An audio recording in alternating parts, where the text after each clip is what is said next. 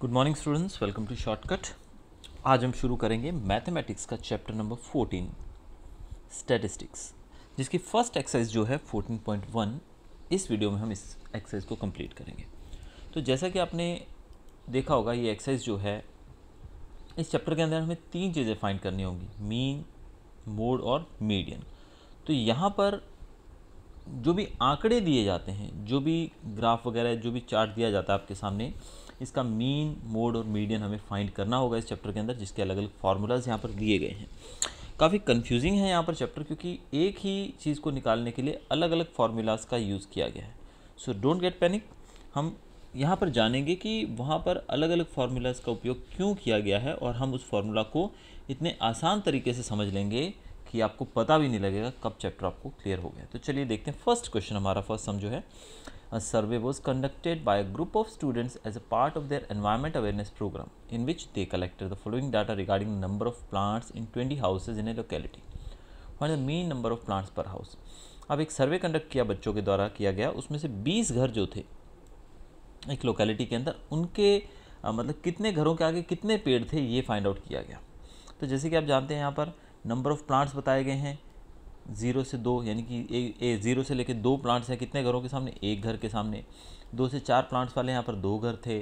4 से 6 प्लांट्स वाले यहाँ पर 1 घर था। 6 से 8 प्लांट वाले यहाँ पर 5 घर थे।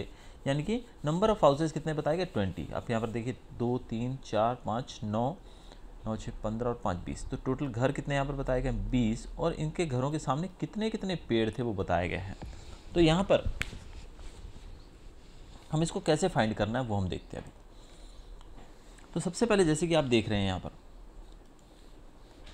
कि जो नंबर ऑफ़ प्लांट्स हैं और कितने घरों के सामने उतने प्लांट्स हैं, तो जो इसको हम बोलते हैं फ्रीक्वेंसी। क्या बोलते हैं, फ्रीक्वेंसी की कितने हैं। यहाँ पर नंबर ऑफ़ प्लांट्स पूछे गए हैं कि कितने प्लांट्स हैं और कितने घरों के सामने है, वो यहाँ पर फ्रीक्वेंसी का काम करेगा। ठीक है, तो यहाँ पर ये FI है और इसको हम बोलते हैं XI। XI कहाँ से आया हमारे, यही है, यही XI है जिसको हमने वहाँ लिखा है। क्यों लिखा है मैं बताता हूँ आपको। क्योंकि यहाँ पर आप देखते हैं नंबर ऑफ़ प्लांट्स जो दिए गए हैं 0 से 2, 2 से 4, तो यहाँ पर हमें इसका क्या फाइंड आउट करना पड़ेगा, मिड वैल्यू फाइंड करनी पड़ेगी। ठीक है, तो ये मिड वैल्यू यानी कि जिसको यहाँ पर क्लास मार्क के रूप में बताया गया है, मिड वैल्यू जो फाइंड की जाती है वो कैसे की जाती है, upper limit plus lower limit divided by 2। अब यहाँ अपर लिमिट 2 है, लोअर लिमिट 0 है, तो 2 divided by 2 is equal to 1, इसलिए यहाँ पर 1 आ गया है। दूसरा है 2 और 4, तो 4 प्लस 2 6, 6 डिवाइडेड बाई 2 3। तो इस तरीके से सब जो है 4 प्लस 6 10, 10 का डिवाइड करेंगे 2 से तो 5 आ जाएगा। तो सब हमें मिल गए हैं यहाँ पर। तो FI और XI दोनों ही चीज़ें हमारे पास पहुँच आएंगी।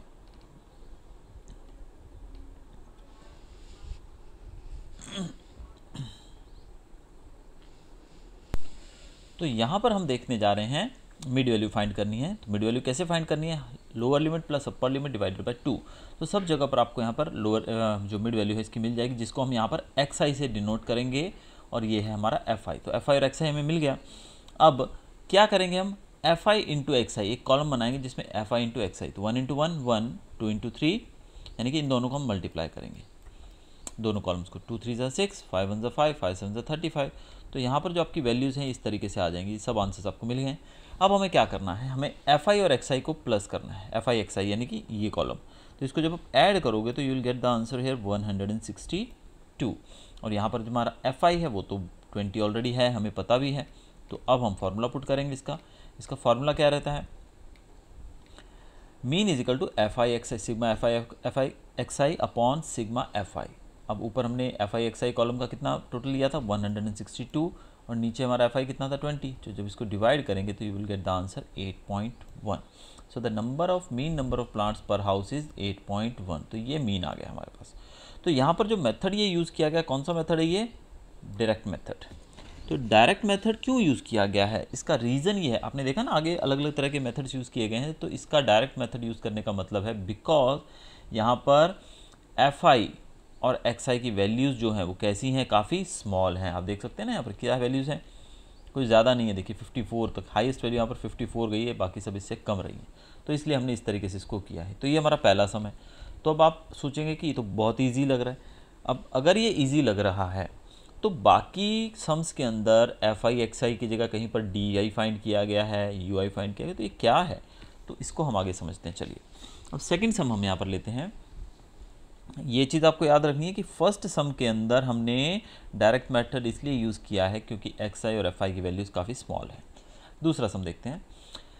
Consider the following distribution of daily wages of 50 workers of a factory. 50 workers हैं फैमिली के फैक्ट्री के जिनके जो डेली वेजेस बताए गए हैं 100 से 120 12 वर्कर्स की है, 120 से 140 14 वर्कर्स की है, तो 100 ऑन ये सबका बताया गया है।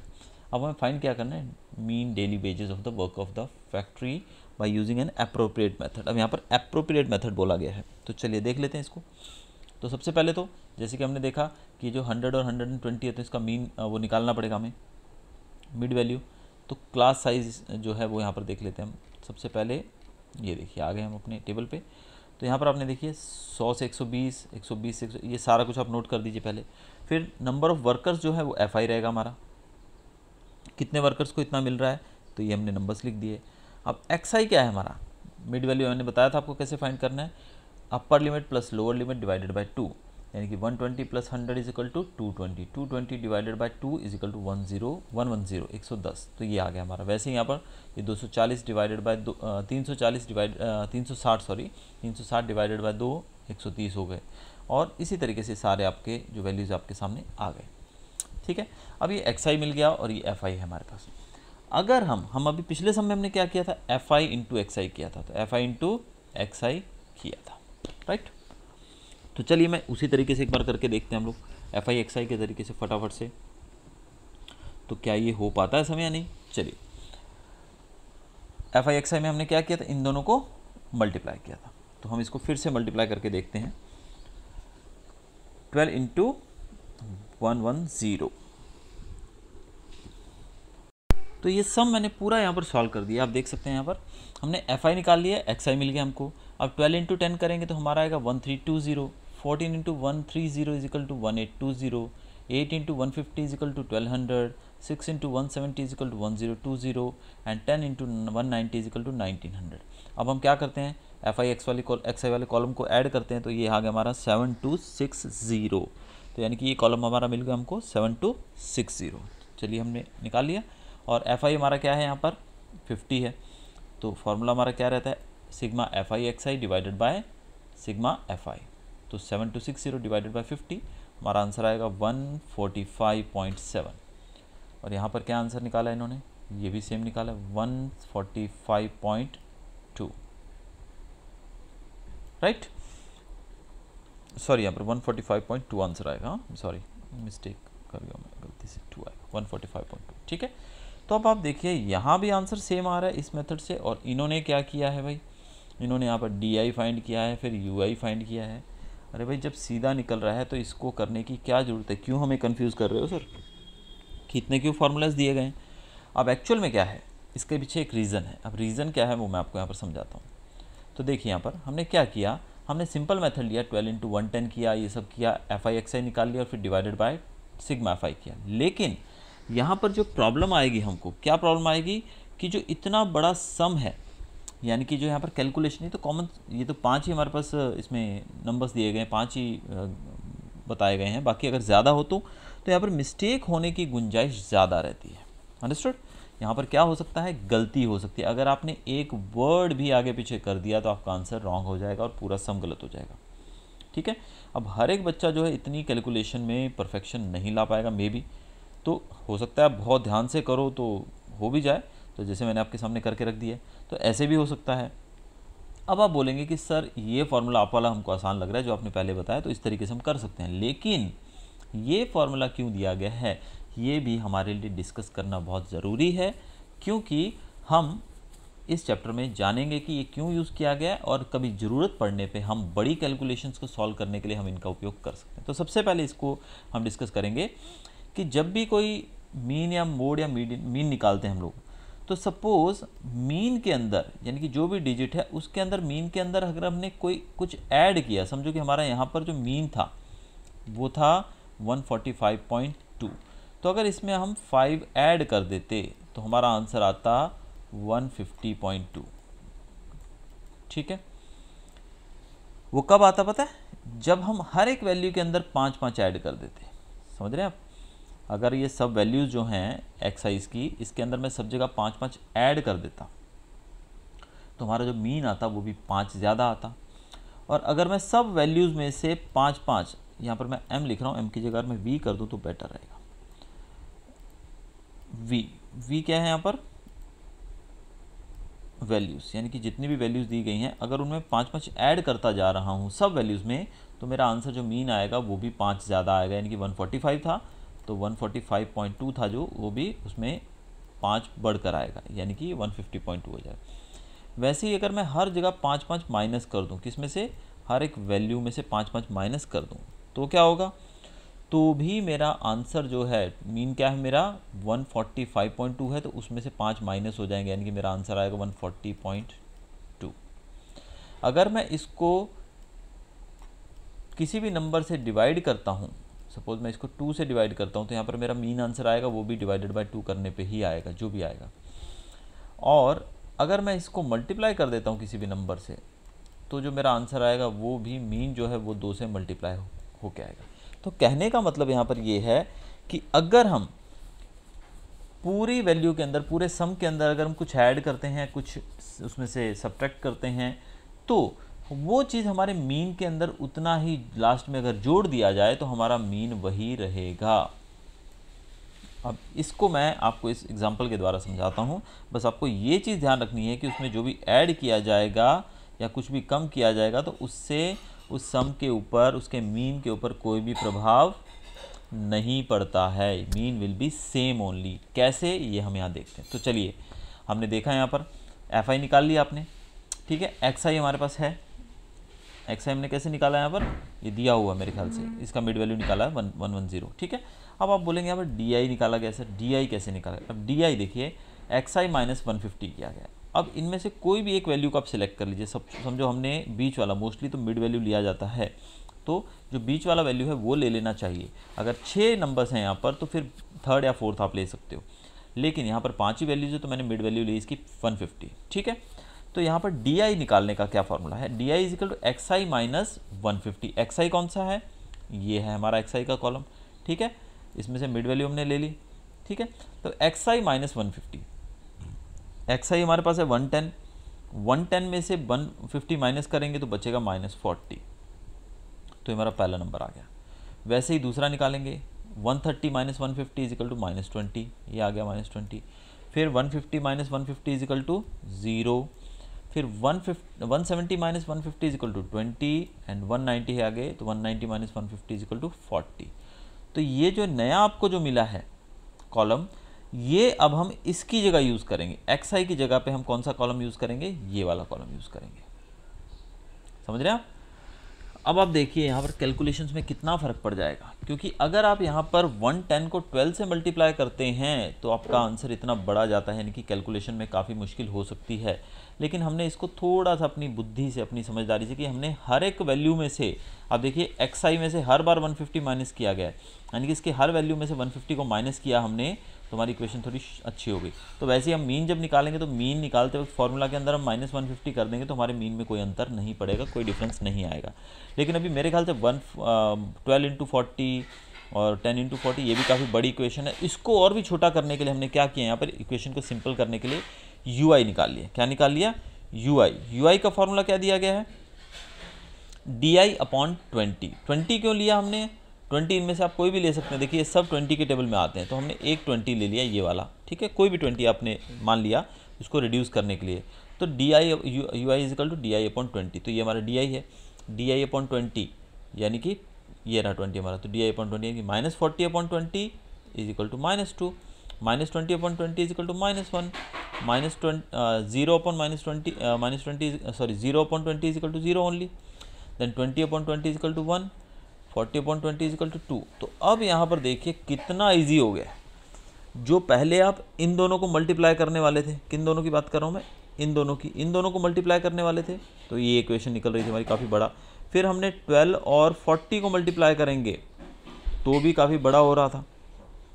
अभी हमने क्या करना है, सिर्फ 12 को -2 से मल्टीप्लाई करना है। ये UI जो है ये, मतलब इन दोनों कॉलम्स को हमने इसको छोटा करने के लिए ये किया, इसको छोटा करने के लिए ये किया।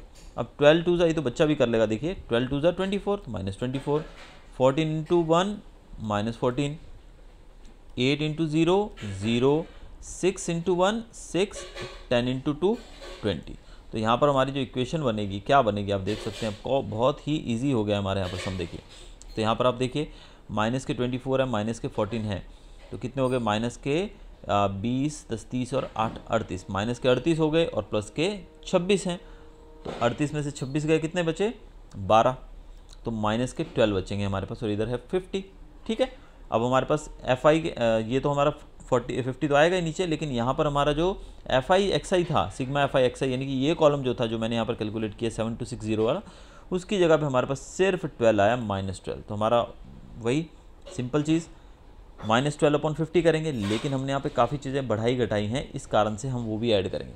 तो -12/50 तो आएगा ही, फॉर्मूला है ना इसका FI XI/20।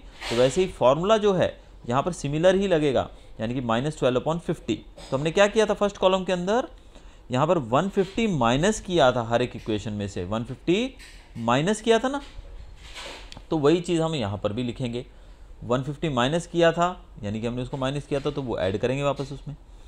और दूसरा क्या किया था हमने, 20 से डिवाइड किया था, तो यहाँ पर 20 से मल्टीप्लाई करेंगे, यानी कि वहाँ पर 20 से डिवाइड करके इक्वेशन को कम किया था, तो यहाँ पर 20 से मल्टीप्लाई करके सेम चीज़ लाएंगे वापस। समझ रहे हैं आप? अब देखिए 40 को 20 से डिवाइड करके हमने -2 लिया था, अब -2 को 20 से मल्टीप्लाई करेंगे तो 20 2 -40, तो -40 आ जाएगा फिर से। वैसे ही यहाँ पर हमने -150 किया था, वहाँ पर +150 करेंगे, जितना निकाला था उतना उसमें जोड़ देंगे, जितने से उसको डिवाइड किया था उतने से मल्टीप्लाई कर देंगे। तो अब आप बोलेंगे सर ये फार्मूला कहाँ से आया? भाई ये कहीं से नहीं आया फार्मूला, ये आपके पास ही है।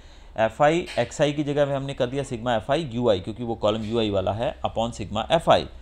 A प्लस इसलिए किया क्योंकि हमने वहाँ पे 150 माइनस किया था, तो वो A जो है वो हमने यहाँ पर प्लस करना है, क्योंकि वहाँ माइनस किया था। अब 20 से मल्टीप्लाई क्यों किया सर? क्योंकि वहाँ हमने 20 से डिवाइड किया था, तो कैलकुलेशन बराबर करने के लिए फिर से हमने 20 से मल्टीप्लाई कर दिया। तो चलिए अब सॉल्व करिए। ये हो गया -12/50, और अब इसको सॉल्व करेंगे आप, ये हो गया आपका 0 0 कैंसिल हो जाएगा, -24/5 हो गया।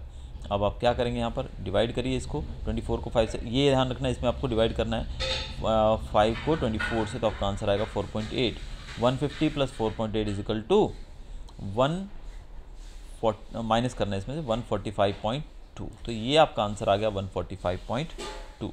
तो mean daily ways of a factory worker is 145.20।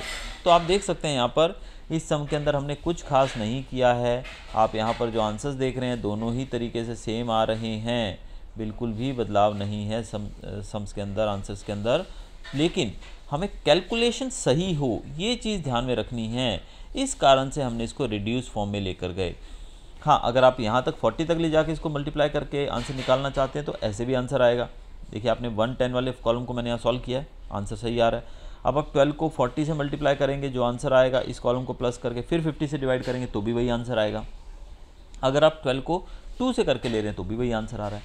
तो ये जो कैलकुलेशंस, जो अलग अलग फार्मूलाज आप इस चैप्टर के अंदर देख रहे हैं, वो सिर्फ और सिर्फ कैलकुलेशंस को ईजी करने के लिए दिए गए हैं।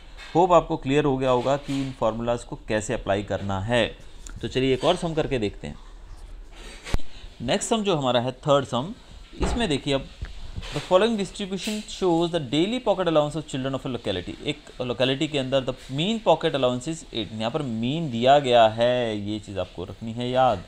और यहाँ पर फ्रीक्वेंसी मिसिंग जो है इसको हमें फाइंड आउट करना है। तो फार्मूला सिमिलर ही रहेगा, इसमें कोई बदलाव नहीं आने वाला है। ठीक है, अब देखिए आप, ये रहा हमारा टेबल। ठीक है, ये daily pocket allowance, the number of children, फिर क्लास मार्क निकालेंगे हम, यानी कि इन दोनों का मिड पॉइंट। 13 + 11 24, 24 divided by 2 12।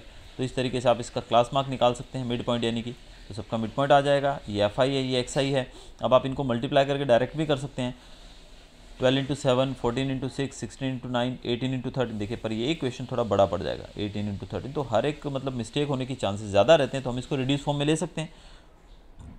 तो DI = XI - A होता है। इसमें से A किसको मानेंगे? A is assumed mean, 1 2 3 4 5 6 7, total कितनी यहाँ पर हैं 7 नंबर्स हैं हमारे पास, 7 टोटल इक्वेशन। तो 7 में से हम मिड पॉइंट लेंगे यानी कि 18 आ गया, ठीक है। तो 18 एक्स आई माइनस 18 करेंगे, एक्स आई माइनस 18, एक्स आई क्या है हमारा 12, 12 माइनस 18 माइनस 6। इसको लिखेंगे कैसे हम, 12 माइनस 18, तो 12 में से 18 नहीं जा सकते हैं, लेकिन 18 बड़ा है तो -6 हमारा आंसर आ गया, तो ये -6 आ गया। Then 14 minus 18 -4, 16 minus 18 -2 and so on. आपका इस तरह से ये सारे जो नंबर्स आपके पास आ गए। अब देखिए कितने छोटे हो गए ये, अब करिए 7 छक्के 42 -42, 6 चौके 24 -24, 9 दूनी 18 -18, 13 0 0। अब f जो है उसको 2 से हम मल्टीप्लाई करेंगे तो 2f आ जाएगा, क्या हो जाएगा 2f, 5 चौके 20, 4 छक्के 24। तो ये सब हमारी इक्वेशंस मिल गए हमारे पास। अब जब इसको ऐड करेंगे तो माइनस वालों को अलग ऐड करिए और इन दोनों को अलग ऐड करिए। तो ये प्लस के हमारे पास 44 हैं, कितने हैं प्लस के 44, और माइनस के ज़्यादा हैं, माइनस के मेरे ख्याल से 84 हैं, 42 और 60 70 80 84, हाँ 84 है। तो 84 माइनस के हैं और 80 हमारे पास 44 हमारे पास प्लस के हैं, 44 प्लस के। तो कौन से ज़्यादा हैं इनमें से, माइनस के ज़्यादा हैं, कितने 40 ज़्यादा है, तो -40 आ गया। 2f का हम कुछ नहीं करेंगे क्योंकि ऐड नहीं होगा, तो 2f -40 हमारा आंसर आ जाएगा। तो यहाँ पर जो ये कॉलम है हमारा FIDI, ये आ गया हमारा 2f -40, और इधर जो कॉलम रहेगा यहाँ पर हम इसको ऐड करते हैं ना, तो ऐड करेंगे तो सब ऐड हो जाएंगे, तो हमारा आ जाएगा 44 प्लस f, क्योंकि f भी है ना यहाँ पे। अब हमारे फार्मूला के अकॉर्डिंग क्या करेंगे, हम ये ऊपर रखेंगे और इसको नीचे रखेंगे, लेकिन मीन यहाँ पर 18 दिया गया है हमारे पास ऑलरेडी। तो हमने क्या करेंगे, पहले हम a plus FIDI upon FI। a क्यों प्लस किया, क्योंकि वहाँ पे हमने 18 माइनस किया था, तो 18 माइनस किया था, इस कारण से यहाँ पर 18 हम प्लस करेंगे, तो 18 प्लस हो गया। यहाँ पे FIDI क्या है 2f -40, और FI क्या है 44 प्लस f, ये सब निकाला अभी हमने, 44 प्लस f और 2f -40। अब क्या करेंगे हम इन दोनों को, ये हमारा मीन भी दिया गया है 18, तो मीन भी 18 दिया हुआ है, ठीक है। अब हम क्या करेंगे, 18 जो है इस 18 को हम उधर ले जाएंगे तो ये माइनस हो जाएगा, तो 18 माइनस 18 इक्वल टू 0, तो ये 0 आ गया हमारा। अब यहाँ पे 2f -40 और 44 प्लस f को हम कैलकुलेट करेंगे। अब यहाँ पर आप देखिए ये जो 44 प्लस f है ये इक्वल टू के उधर चला जाएगा, ये डिवाइड हो रहा है यहाँ पर, तो उधर जाकर ऊपर चला जाएगा। जब 44 प्लस f को हम 0 से मल्टीप्लाई करेंगे तो आंसर हमारा 0 ही आएगा। यहाँ पर हमारा बचेगा 2f -40, तो इक्वेशन हमारी बन गई 2f -40 इक्वल टू 0। अब 2f है वो यहीं रहेगा, -40 उधर जाके +40 हो जाएगा, 2f से मल्टीप्लाई हो रहा है तो उधर जाके डिवाइड हो जाएगा, तो f की वैल्यू आ जाएगी 20। Hence the missing frequency f is 20। तो यहाँ पर हमने मिसिंग फ्रीक्वेंसी को निकाल लिया। फोर्थ सम पे देखते हैं हम, 30 women are examined in hospital by doctor and the number of heart beats per minute were recorded and summarize as below. Find the mean heart beat per minute for these women. अब ये simple है, देखिए यहाँ पर number of heart beats दी गई है, number of women दिया गया है, तो देखिए कैसे निकलेगा ये। 65 माइनस 68, सॉरी माइनस नहीं है, 65 to 68 है। देन FI यानी कितनी वुमेन का है ये बताया गया है। अब इसका मिड पॉइंट निकालेंगे, 68 प्लस 65 डिवाइडेड बाय 2, तो आंसर आएगा 66.5। 71 प्लस 68 डिवाइडेड बाय 2, तो ये आंसर आएंगे। अब इन दोनों को मल्टीप्लाई करेंगे, इन दोनों को मल्टीप्लाई करने पे हमारा आंसर फिर से पॉइंट्स में है, तो ऑल्दो मुश्किल नहीं है, लेकिन यहाँ पर देखिए यहाँ कैलकुलेशन हमारी बढ़ जाएंगी, यानी कि पॉइंट का ध्यान रखना बहुत ही ज़रूरी है। तो हम क्या करें, बेटर ये चीज़ है कि इसको थोड़ा रिड्यूस फॉर्म में ले लें। तो टोटल कितने नंबर से काउंट करें, 1 2 3 4 5 6 7 है, तो 7 में से हम बीच वाला नंबर ले लेते हैं 75.5, तो हमने 75.5 को ले लिया, तो DI is equal to XI minus 75.5, ठीक है।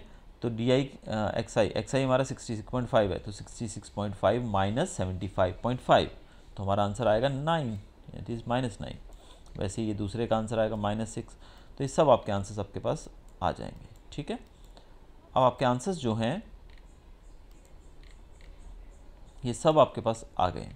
अब आगे क्या दिया गया है, UI, इन्होंने इसको और ज़्यादा रिड्यूस फॉर्म में किया है, ठीक है। ऑल्दो क्वेश्चन में नहीं पूछा गया है, लेकिन अगर आप इसको और रिड्यूस फॉर्म में ले जाना चाहते हैं तो लेके जाइए, नहीं तो आप यहाँ भी आसानी से निकाल सकते हैं। देखिए -9 × 2 -18, 6 चौके 24 -24, तो इस तरीके से भी आपका आंसर आ जाएगा।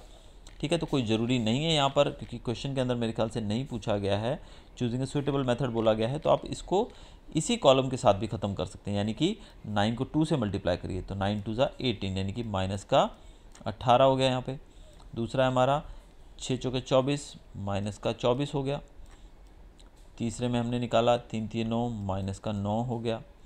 चौथे में हमने निकाला 8 0 रहेगा। फिर 7 21 प्लस का 21, 6 चौके 24 प्लस का 24 और 9 दूनी 18, ये प्लस का 18 हो गया हमारे पास। ठीक है, सब कुछ आ गया। अब हम देखते हैं, ये माइनस का 18 है, ये प्लस का 18 कट गया, ये प्लस का 24 है, ये माइनस का 24 है, ये भी कट गया। अब माइनस का 9 और प्लस का 21 बचा। ज़्यादा कौन सा है? 21 ज़्यादा है। कितना? 21 में से 9 गए तो बचे 12, तो प्लस का 12 बचेगा हमारा आंसर यहाँ पर। तो 12 डिवाइडेड बाय 30, 12 को हम 30 से डिवाइड करेंगे और यहाँ पर हमने ये 12 कैसे आया था? -75.5 करने से, तो हम इसको +75.5 कर देंगे। क्या कर देंगे? +75.5, इसको ऐड कर देंगे इसके अंदर। तो ये हमारा, ये ऐड कर दिया हमने इसके अंदर, तो इसको जब डिवाइड करेंगे तो आंसर आएगा 0.4। 0.4 में जब हम 75.5 ऐड करेंगे तो हमारा आंसर आएगा 75.9। तो ये रहा हमारा आंसर 75.9। यहाँ पे मैं पॉइंट लगाना भूल गया हूँ, तो ऐड करने पे हमारा ये आंसर आ जाएगा 75.9। ये देखिए, ये रहा हमारा आंसर 75.9 बीट्स पर मिनट। अब इन्होंने यहाँ पर क्या किया है? इन्होंने सिंपली एक स्टेप बढ़ा दिया है इसको और इजी करने के लिए, जिसकी मेरे ख्याल से ज़रूरत नहीं थी। इन्होंने इसको क्या किया? इसको पूरे को -3 से डिवाइड कर दिया है। -3 से डिवाइड करेंगे तो 3 3 ज़ा 9, तो -3 यहाँ पर, 3 2 ज़ा 6, -2, -3 divided by -3 equal to -1, -3 0 0, -3 divided by 3 is equal to 1, फिर 2, फिर 3। तो इस तरीके से, सॉरी 3 से डिवाइड किया है, तो सब जगह 3 से डिवाइड करने के बाद हमारा आंसर जो है वो इस तरीके से सिमिलर ही आएगा। तो आप एक स्टेप एक्स्ट्रा करना चाहें तो आपकी मर्जी है, अगर आप नहीं करना चाहते हैं तो भी ठीक है। Next sum is question number 5। In a retail market, fruit vendors were selling mangoes kept in packing boxes. These boxes contained varying number of mangoes. The following was the distribution of the mangoes according to the number of boxes. अब 50 से 52 mangoes वाले कितने box थे? 15। 53 से 55 वाले 110 boxes थे। यानी कि यहाँ पर कितने मैंगोज़ थे और कितने बॉक्सेस थे? Find the mean number of mangoes kept in the box. ठीक है, हमें मीन ढूंढना है यहाँ पर। Find the mean number of mangoes kept in the packing box, which method finding did you choose. अब यहाँ पर देखिए, आप क्लास नंबर ऑफ मैंगोज़ दिए गए हैं और नंबर ऑफ बॉक्सेस दिए गए हैं कि इतने मैंगोज़ वाले कितने बॉक्स हैं। अब इसको कैसे सॉल्व करेंगे हम, तो हम देख लेते हैं। तो क्लास इंटरवल हमारे पास है। अब यहाँ पर ये जो सम आप देख रहे हैं, इस सम में एक चीज़ जो डिफ़िकल्टी आ रही है हमको, वो ये कि आपने अच्छे से अगर ऑब्ज़र्व किया हो तो आप देखिए यहाँ पर ये जो ऑर्डर है ये कंटिन्यूस नहीं है। अब आप यहाँ पिछले सम में चलते हैं एक बार। ये देखिए 65, 68, देन 68 फिर से आया यहाँ पर, फिर 71 के बाद फिर 71 आया, फिर 74 कंटिन्यू हुआ। लेकिन यहाँ पर आप देखिए एक नंबर का गैप आ रहा है। 52 के बाद यहाँ 52 नहीं है, 53 है, 55 के बाद 56 है। तो ऐसे केसेस के अंदर हम क्या करेंगे? हम लोअर लिमिट के अंदर आधा यानी कि 0.5 जो है वो कम कर देंगे, यानी कि 50 जो है वहाँ पे लोअर लिमिट में से 0.5 कम कर देंगे और अपर लिमिट के अंदर 0.5 ऐड कर देंगे। तो आप देखिए यहाँ पर लोअर लिमिट के अंदर हम 0.5 कम करेंगे तो हो जाएगा 49.5। क्या हो जाएगा? ये 49.5। और जो दूसरा है हमारा, उधर 5.5 ऐड कर देंगे तो हो जाएगा 52.5। यहाँ पर हो जाएगा 0.5 कम करेंगे तो 52.5, यहाँ पे 55.5, यहाँ पे 55.5, यहाँ पे 58.5 एंड सो ऑन। इस तरीके से आप देखिए, तो ये जो चीज़ है ये सेम हमें आगे करना है। ये टेबल में आप देखिए, तो ये आ गया पूरा टेबल यहाँ पर। तो अब ये है आपका हमारा क्लास इंटरवल क्यों किया हमने ऐसा? क्योंकि अब कंटिन्यूस हो गया। देखिए 52.5, 52.5, 55.5, 55.5, 58.5, 58.5, 61.5, 61.5। ये काफ़ी इंपॉर्टेंट सम है, ध्यान दीजिएगा इस सम पे कैसे करना है इसको। तो ये हमने कंटिन्यूस ऑर्डर में उसको ले लिया। अब एफ आई लिखेंगे हम, ये एफ आई आ गया हमारा। एक्स आई, पहले इन दोनों का मिड पॉइंट निकालना है। 49.5 और 52.5 हो गया 102, 102 डिवाइडेड बाई 2 इज इक्वल 51। तो अपर limit plus lower limit divided by 2। तो इस तरीके से करके आप इस पूरा एक्स आई निकाल सकते हैं। तो एक्स आई आ गया हमारे पास, तो बस पूरा हो गया। इसके बाद आप इनकी कैलकुलेशंस काफ़ी बड़ी है, तो डी आई निकाल लीजिए। कैसे निकालेंगे? मिड पॉइंट ले लिया हमने कोई भी एक, तो ये मिड पॉइंट देखिए यहाँ पर 5 ही है, सॉरी, तो मिड पॉइंट ले लिया हमने। तो उसके बाद हमने किया तो ये आंसर हमारा ये आ गया। अब अगर आप चाहें तो इन दोनों को डायरेक्ट मल्टीप्लाई करके भी आंसर, लेकिन यहाँ पे 115 है, 135 है, 25 है। अगर आप ऐसे ही डायरेक्ट आंसर निकालना चाहें तो भी निकलेगा, लेकिन अगर नहीं तो आप इसको 3 से डिवाइड कर दीजिए। तो 3 से डिवाइड करने पे ये और लोवेस्ट फॉर्म में चला जाएगा। ठीक है, अब आप ये और ये 15 दूना 30, 110 इंटू 1 110, 0 का 0, 115 एकम 115, 25 दूना 50। तो ये सब आपके आंसर्स आ गए। 25 आ गया, यहाँ पर 400 है आपके पास। अब वही चीज़ जितना माइनस किया था वहाँ पे हमने 57 माइनस किया था, तो यहाँ 57 प्लस कर देंगे। और वहाँ पे हमने 3 से डिवाइड किया था, तो यहाँ 3 से मल्टीप्लाई कर देंगे। तो फॉर्मूला आपका वही है, एफ आई यू आई यानी कि 25 है, divided by F I 425 upon 400 into 3 upon 50 plus 57। अब आप एक चीज़ समझ गए होंगे कि यहाँ पर कोई भी फॉर्मूला है नहीं, वो सब बनाया गया है। तो इस फॉर्मूला को याद करने की ज़रूरत है अभी आपको? आई डोंट थिंक सो कि आपको लर्न करना पड़ेगा। तो ये आंसर आपका इस तरीके से निकल आएगा। तो ये सम्स हमने सीखे अभी तक कौन कौन से हैं?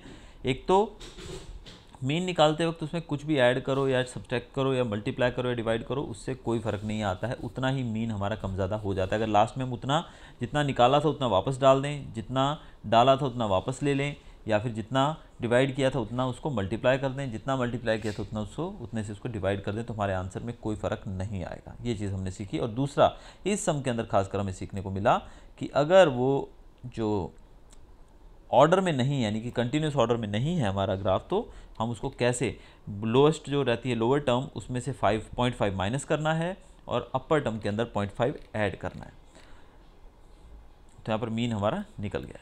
आ गया है 6 सम। 6 सम देखिए यहाँ पर 25 house hold in a locality का डेली एक्सपेंडिचर बताया गया है। तो ये एक्सपेंडिचर दिया गया, देखिए यहाँ पर ये कंटिन्यूस है। ठीक है, तो हम इसको कैसे निकालेंगे? ये कंटिन्यूस ऑर्डर में है, एफ आई निकाल लिया, मिल गया हमारे पास।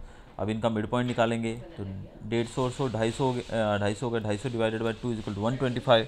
125 यार क्या बीच में बोले जा रहे हो यार, तुम लोग शांति नहीं है तुम लोगों को। तो मिड पॉइंट निकालने के बाद हमने क्या किया, यहाँ पर देखिए 125 इंटू 4 करेंगे तो कैलकुलेशन हमारी लंबी हो जाएंगी, तो बेटर है हमने डी आई निकाला। तो डी आई के लिए हम मिड पॉइंट यानी कि ये 225 को माइनस किया सब जगहों पर, तो हमारा इक्वेशन यहाँ पहुँचा। इसके बाद हमने इसको और रेड्यूस फॉर्म में लेने के लिए इसमें 50 से इसको डिवाइड कर दिया, तो हमारा ये आ गया। अब आप आसानी से समझ गए होंगे कि कैसे इसको करना है। तो यहाँ पर आप देखिए इन दोनों को मल्टीप्लाई करने पे हमारे पास क्या आ रहा है, इन दोनों कॉलम्स को 4 2 ज़ा 8 माइनस 8, 5 1 ज़ा 5, 12 0 0, 2 1 ज़ा 2 एंड 2 2 ज़ा 4। तो यहाँ पर हमारा -7 और यहाँ 25, तो -7/25 आएगा। ये देखिए -7/25। अब हमने यहाँ पे 225 से माइनस किया था वहाँ पर, तो वहाँ 225 वापस ऐड भी करना पड़ेगा। वहाँ 50 से डिवाइड किया था तो यहाँ 50 मल्टीप्लाई भी करना होगा। तो इस तरीके से आपका मीन आ जाएगा 212। नेक्स्ट सम जो है वो है to find out the concentration of SO2 in the air. The data was collected for 30 localities in certain city and is presented below. Concentration दी गई है 0.00 टू 0.044, तो ये फ्रीक्वेंसी दी गई है यहाँ पर। तो देखते हैं कैसे निकालेंगे इसको। तो यहाँ पर देखिए ऑर्डर तो मेरे ख्याल से कंटिन्यूस ही है, ठीक है, 0.8 0.8, तो ये तो कंटिन्यूस है। तो फ्रीक्वेंसी हमारे पास दी गई है, तो इसका क्या करेंगे, मिड पॉइंट निकालेंगे। 0.00 plus 0.04 is equal to 0.4 divided by 2, तो 0.02। तो इस तरीके से आप सारी फ्रीक्वेंसीज आपको मिल जाएंगी। एक्स आई मिल गया आपको। अब एक्स आई मिलने के बाद आप देखिए ये पॉइंट्स में है, तो पॉइंट जितना छोटा हो उतना अच्छा है। तो क्या करेंगे हम यहाँ पे हमने 2 2 4 2 6 हैं, तो 6 में से हम क्या करते हैं, कोई भी एक फ्रीक्वेंसी उठा लेते हैं। तो जैसे कि मैंने बोला 1 2 3 4 5 6 हैं, तो हम लोग फोर्थ ले सकते हैं। जैसे कि यहाँ पे थर्ड भी चलेगी, लेकिन फोर्थ लीजिए वो ठीक रहेगा। तो फोर्थ लेने के बाद क्या हुआ, 0.14 0.02 माइनस 0.14 इजिकल टू 0.12। तो इस तरीके से आपकी सारी जो आंसर्स हैं आपको मिल जाएंगे। अब इसको और सॉर्ट आउट करने के लिए हम क्या करेंगे, इसको 0.04 से डिवाइड करते हैं। 0.04 से हमने डिवाइड किया इसको, तो आगे हमारा -3, ये -2, ये -1 और यहाँ पे 1 और ये 2। अब देखिए कहाँ वो आंसर हमारा पॉइंट में था और कहाँ हम सिंपल कैलकुलेशन की तरफ बढ़ चले। तो इस तरीके से आपको करना है। पॉइंट्स में काफ़ी मिस्टेक हो सकती है, डेसिमल लगाना भूल गए, कम ज़्यादा हो गया तो दिक्कत हो जाएगी। तो अब हम देख सकते हैं इस तरह 4 3 12, -12, -18, -9। तो ये आपका आंसर आएगा 31 -31/30। ये देखिए -31/30, इसमें हमने 0.14 माइनस किया था तो 0.14 ऐड कर दिया, 0.04 से डिवाइड किया था तो उससे मल्टीप्लाई कर दिया, तो हमारा आंसर आएगा यहाँ पर 0.099 ppm। 8th हम देखेंगे हम लोग। अब यहाँ भी जो नंबर ऑफ डेज दिए गए हैं और number of students, it's also very simple. 0 से 6 ये कंटिन्यूस है तो इसको चेंज करने की ज़रूरत नहीं है। FI हमारे दिया गया है, XI हमारे पास निकल आएगा, इसका जो क्लास लिमिट है 6 डिवाइडेड बाई 2, 10 + 6 16 डिवाइडेड बाई 2 8। तो ये सब आ गया आपके पास। 11 3 सॉरी ये XI हमारा, तो XI 11 3 33। ये भी आप कर सकते हैं आपको ठीक लगे तो, लेकिन यहाँ पर 33 है, 39 है। तो अगर कैलकुलेशन लंबा होता दिखे तो DI निकाल लीजिए। 1 2 3 4 5 6 7 टर्म्स है तो 4th टर्म ले लीजिए। तो -17 करेंगे, 3 - 17 -14। तो ये आ गया आपके पास सारे इक्वेशन। उसके बाद आप इन दोनों को मल्टीप्लाई कर दीजिए तो ये आंसर आएगा आपका। अगर आप यहाँ पे भी UI निकालना चाहते हैं, क्या निकालना चाहते हैं, अगर यहाँ भी ये वाला कॉलम लेना चाहते हैं UI का, तो इसको डिवाइड कर सकते हैं किसी भी चीज़ से।